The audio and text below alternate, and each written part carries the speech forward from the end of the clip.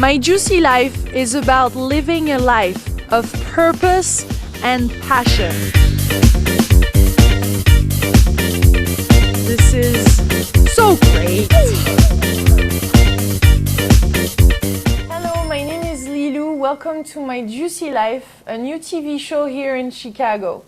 My Juicy Life is about living a life of purpose and passion.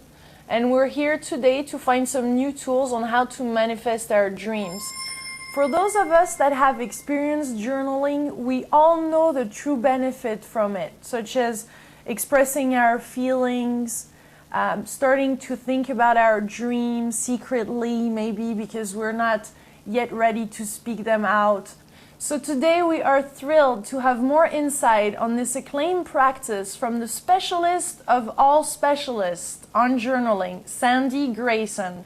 Rock star author Sandy Grason is an international speaker and the founder and author of the best-selling book Journalution, Journaling to Awaken Your Inner Voice, Healing Your Life, and Manifest Your Dreams. She's inspiring people all over the world to transform their lives through the practice of journaling. She defines the word journalution as the act of revealing your inner wisdom through writing. Get ready to join the Journalution. So Sandy, tell us more about the Journalution. What is it? Journalution. Journalution is this word that I opened my eyes one morning and I heard this whisper in my head and it said, start a journalution. And I didn't know what it meant either. I asked my husband, have you ever heard of this word, journalution? And I looked it up in the dictionary and it wasn't there. And I believe now that it was given to me. Journalution describes the exact feeling that I get when I journal, which is something surprising shows up on the page that you didn't know was inside of you. And the definition begins the act of revealing your inner wisdom through writing, because I believe we all have an inner wisdom inside of us, and writing is one way for you to hear your inner wisdom. Your inner wisdom is there, but many times what you hear louder is your inner critic. So you have this voice inside of you, your inner critic, and your inner critic says things like, you can't do that. You're not good enough. Yeah, who do you think you are? And your inner wisdom is there, but it needs to be nurtured. Your inner critic yells, and your inner wisdom whispers. So it's a low, deep voice. Whisper, and your journal is the perfect place to nurture that inner wisdom, because we all get these moments of inspiration where we know exactly what we're supposed to be doing with our lives. We're completely clear and on purpose. And then what happens is you go out into the world and you start to doubt yourself. Right. And so your journal is a place where you can nurture that inner wisdom and give yourself a vision to remind yourself every day of your greatness.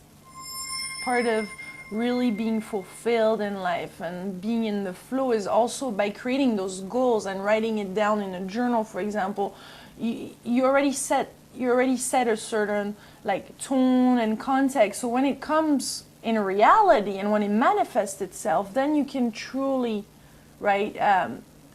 appreciate it. Exactly. And really be in the moment. Exactly. And having a written vision for your life really keeps you on purpose, because many times opportunities will come to you and they seem like great opportunities. But if it's not aligned with who you are, maybe you're doing it for the wrong reasons. And so having that big vision for your life helps you when you're in those moments of self-doubt or when you're faced with a tough decision. Having this grander picture of this is who I am and this is what my life is about to guide you in everything you do every day. And the journal is just one place for you to get clear. You could write it on your computer, put it on your bathroom mirror, put it in your car. I say once you have a vision that makes your belly on fire, makes you excited, then I think you should put it everywhere and read it every day.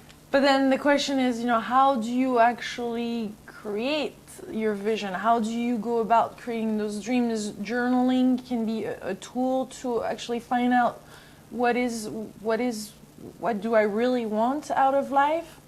But what kind of question should I should we ask ourselves once in front of the piece of paper or the computer? I hear that a lot. People say, when I finally sit down to journal and I'm faced with the blank page, I don't know where to start. I don't know where to begin. Yeah. And so my book has 47 journaling prompts. Okay. And a prompt is anything. It could be something as simple as I remember.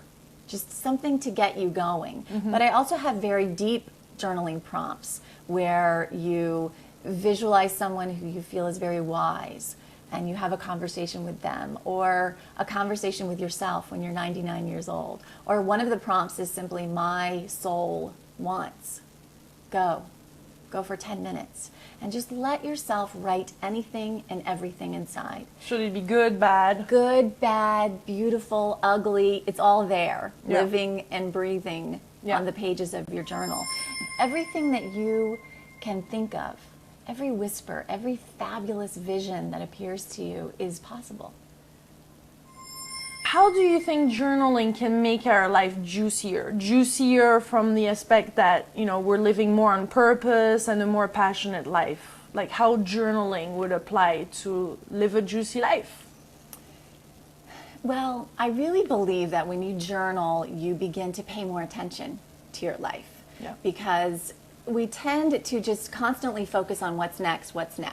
Many times we say to ourselves, when I make $1 million, then I'll be happy. Or when I become a published author, then I'll be happy. When I get married, then I'll be happy. And living a juicy life is about being in that moment. And when you journal, you pay attention. So one of the things that I tell people in my workshops to do is to make a list of things they love. And it could be things like massage or laying on a beach, but it can also be simple things like a really good cup of coffee in the morning, or clouds, or bubble baths. It could be simple things. And when you have this list in the inside cover of your journal, I always tell people, give yourself at least one thing from your list every week. Maybe you can't get a massage every week, but you could take a bubble bath, or you'll have a nice cup of coffee. And the next time you have that cup of coffee, you will pay attention, you'll appreciate it, you'll smell it, you'll be in the moment. And really, that's what a juicy life is paying attention and being in this moment fully, not thinking about your to-do list and everything you have to go back to, but really being here right now.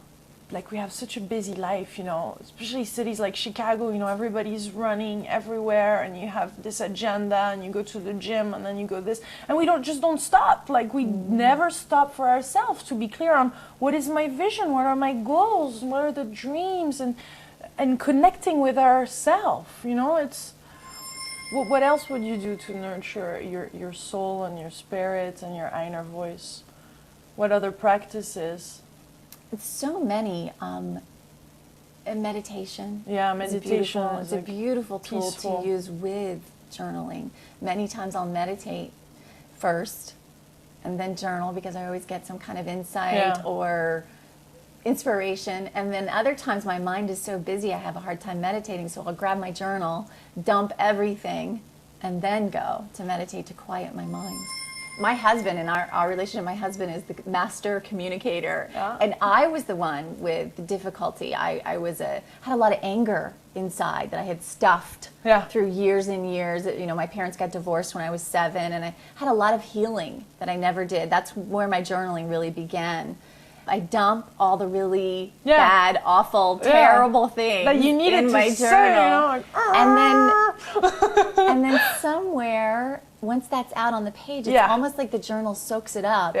And then clarity comes, or insight. And I can't tell you how many times I've gone to my husband after a fight and read, not the beginning part where I'm calling him all the bad names, but the other part, where I have this aha, and I tell him, this is what was really bothering me. This is what I really needed to say.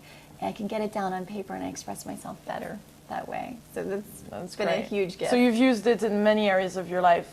That's why the book, healing, manifesting, inner voice, it does it all for me, all of it. I know you speak to the Gap, like in the detention center in Miami. I mean, you see some tough women there. I mean, what's happening in there?